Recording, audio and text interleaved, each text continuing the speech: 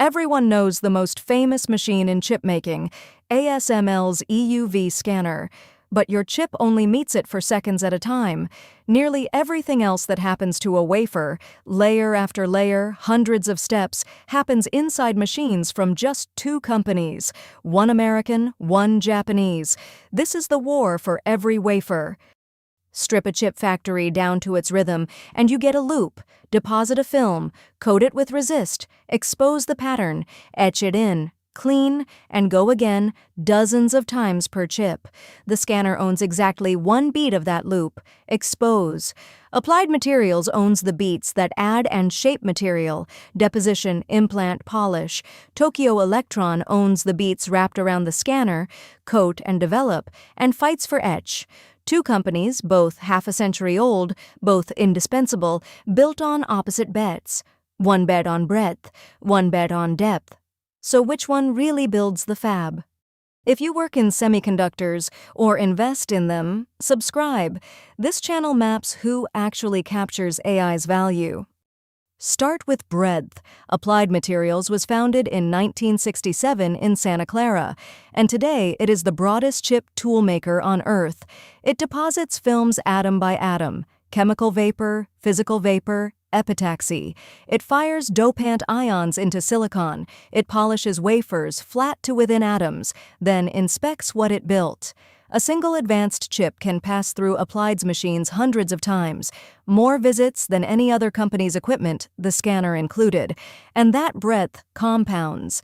Last fiscal year, Applied posted a record $28 billion in revenue, its sixth straight year of growth.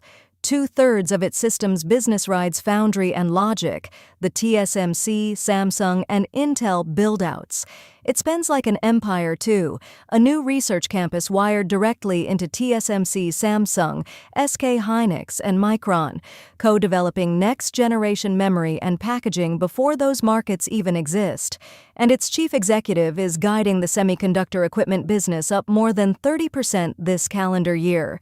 The bet underneath it all is materials engineering. As transistors go three-dimensional and power wiring moves to the wafer's backside, every new structure demands new films, new interfaces, new atoms in new places, and Applied sells the whole toolbox. Breadth is Applied's moat, but breadth means fighting on every front at once, and nobody wins everywhere. Now depth. Tokyo Electron started in 1963 as a trading company and became Japan's largest chip equipment maker by collecting chokepoints. Its crown jewel is the coater developer, the machine that paints and develops the light-sensitive film around the scanner's one exposure step. Tokyo Electron holds about 90% of that market, and for EUV, effectively all of it. There is one bolted to every EUV scanner ASML has ever shipped. That machine has its own episode on this channel, but the track is not the whole company. Tokyo Electron fights Lam Research at the top of etch. It holds nearly 40% of wafer probers. It sells deposition furnaces, cleaning systems, bonders. Last fiscal year, it posted record revenue, 2.44 trillion yen, around $16 billion, and nearly 40% of it came from the most advanced chips. Now it is guiding first-half revenue up 33%, with coater developer sales expected to grow 50% this fiscal year. The AI build-out, hitting every machine it makes. The bet underneath is depth. Own the steps everyone else treats as plumbing, qualify them into every production line, and make switching so painful nobody tries. Depth is Tokyo Electron's moat, but depth concentrates risk. Lose a single choke point, and there is no breadth to fall back on. So where do they actually collide? Start with geography. Both companies now take about a quarter of their revenue from China, but for Tokyo Electron, that number was nearly half just 2 years ago. Export controls have redrawn both maps and pushed both companies toward the same customers, the AI build-outs in Taiwan, Korea, Japan, and the United States. Then there is the squeeze. Industry analysts estimate that last year, both Applied and Tokyo Electron gave up ground in the markets they serve, while Lam Research, KLA, and ASML gained. So the duel is not just against each other, it is against the entire field. And the newest battlefield is the one to watch: advanced packaging. AI memory now means towers of stacked dies, and the next generation bonds them copper to copper with no solder at all. Hybrid bonding. Tokyo Electron is guiding its packaging business up more than 60% this year. Applied went a step further.